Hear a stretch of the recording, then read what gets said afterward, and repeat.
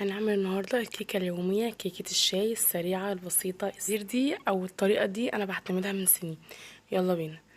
اول حاجه معانا نص كوبايه من السكر، 3 بيضات، كيسين من الفانيليا، 3 معالق من الخل. هنضربهم كويس جدا مع بعض، وهننزل بكوبايه من عصير البرتقال او اللبن او الفن، كوبايه ونص من الدقيق، عليهم 3 معالق من النشا، عليهم كيس بيكنج باودر، وهقلبهم كويس جدا. وبعدين هنزل بالخليط الدقيق، هنزل بيه على الخليط السائل، هنزل تدريجيا، هحط 5 معالق ب5 معالق، وهقلب في اتجاه واحد عشان الهواء ما يطلعش بره. وبعدين هدهن الصينيه اللي هدخلها الفرن.